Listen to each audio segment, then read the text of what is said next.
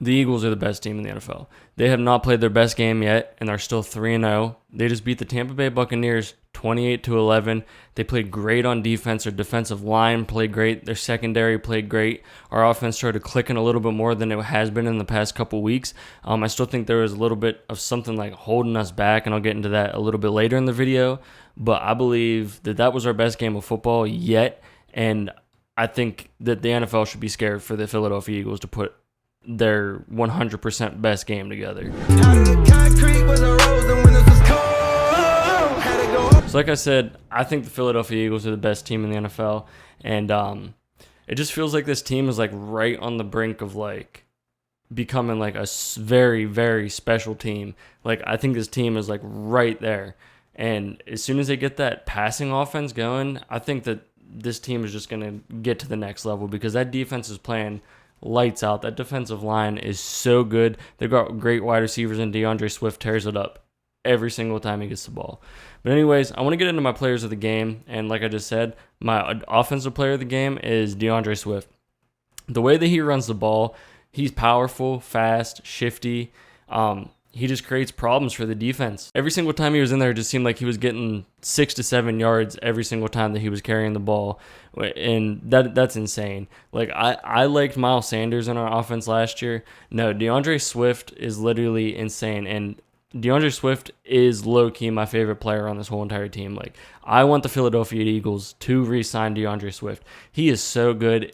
And when he gets to run behind this offensive line, one of the best offensive lines in the NFL, it's just insane. He had 170 yards last week and 130 yards this week. Get out of here. He's your running back one. He's the one with the hot hand. He needs to get the ball every single time. And then my player of the game for defense, I had two people. The first person that I want to say was Jalen Carter. I feel like I just saw Jalen Carter all over the field. He was involved on that. He caused that fumble that James Bradbury picked up and returned. And he also got in on a sack with Fletcher Cox. Like I just felt like every single time that I was looking at the line or something, like he was just being explosive and he was just being disruptive in there. So he's one of my defensive players of the games. And my second defensive player of the game is Sidney Brown. I know he wasn't in like a whole bunch, but whenever he was in, he was making plays. Like there was the one early in the game where they ran a screenplay and he blew it up. Bradbury ended up making the tackle, but he came in and he read that and he ended up blowing it up. And then he also had that big pass breakup on Mike Evans that would have been a touchdown if he literally laid out for that and he swatted that down. So he's going to be a great player for us in the future, and they need to get him out on that field as much as possible, any way possible. I wanted to start with the defense. I just wanted to say that I was looking at the stats in the third quarter, and they held Mike Evans and Chris Godwin's to 50 combined yards all the way to the third quarter. I know Mike Evans had a couple more catches later on in the fourth quarter, but where it mattered most, where the Eagles needed it the most, they held their two top receivers to under 50 yards. So congratulations to this Eagles secondary for having Maddox injured, Bradbury moving into the slot, and Josh Jobe going out there and covering some of these receivers, and Darius Slay, and having Reed Blankenship getting that interception. I think as a whole, they played one of their best games as a secondary. Jalen Carter, like I said, he was my defensive player of the game, and he is also the best player taken in this past NFL draft. You can't say anything about it.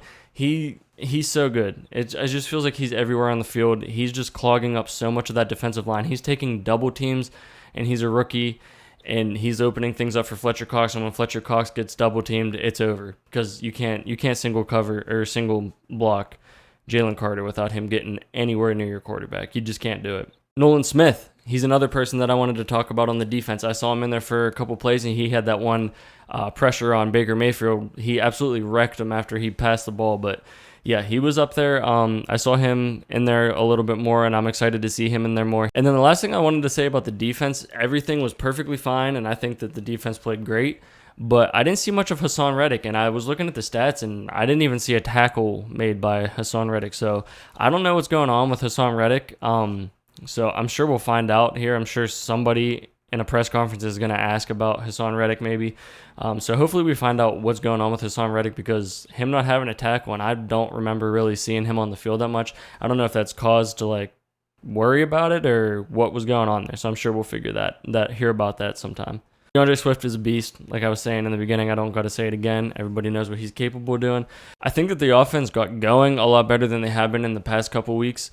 I just feel like there's something holding them back, and I think the thing that's holding them back is I just feel like it's Brian Johnson. I feel like he's calling all the right plays except for whenever like it matters. Like whenever it was third down and they ran that fake like almost quarterback sneakish the push that they do, and then Hurts kind of tripped over himself. I just feel like that they shouldn't have called that, especially just for like future reference for other teams to look at that. Like I feel like they shouldn't have put that out that early in the season. And also I just feel like the pass plays that Brian Johnson is calling are just not working for Jalen Hurts and these wide receivers. Like I feel like it's just completely different than what Shane Steichen was calling, and I feel like it is having a huge part of why this offense isn't like exploding the way that it needs to and the way that it should. Like the run game is doing insane. The defense is doing insane. The defensive line, the secondary, they did great. It was just like that passing offense. And I know that Jalen Hurts had over 220 yards, 277 yards, and he had the 2 interceptions. And I really don't count. Like I count those. They're obviously interceptions, but I'm saying like the one where it was just a misread between him and DeAndre Swift, and then the other one, he was throwing it out to Devontae Smith, and it was in kind of double coverage. So, there's nothing that you could do about it. We didn't lose the game. I think Hurts can play a little bit better, but I just feel like it's those routes that are being called in I feel like it's the pass plays being called by Brian Johnson that's not letting this offense just go the way that it should be going. And another thing that I want to say about the play calling, it's just like it seems like whenever we're in the red zone, we can't do anything. It's like we get down there like super, super fast, but then we can't do anything and we just stall out in the red zone. And then the last thing that I want to talk about Britton Covey. Britton Covey had a couple of nice punt returns there. He was looking really good. I think he definitely redeemed himself from having that fumble in the game against the Vikings with those couple of good punt returns. So with that being said, we got week 4 next week. It's the Philadelphia Eagles versus Washington at the Link, and we're going to see what happens there. I believe that we're going to come out of that game with a win. We should. I mean, there's no reason we're not going to come out and be 4-0. It's just Washington. They didn't really look that great whenever they played. Who'd they play? The Bills. So I think we're better than the Bills. I think the Eagles just got to get some things put together, and I think there's more complete football that can be played by this team. So we're going to see what they do next week, and like I say at the end of every video, if you guys like what I'm posting, make sure you hit that subscribe button. Make sure you hit that like button. Make sure you guys are commenting down in the comment section below so that we can talk back and forth about the Philadelphia Eagles. But with that being said, have a great night, y'all. Let's enjoy this victory. Peace.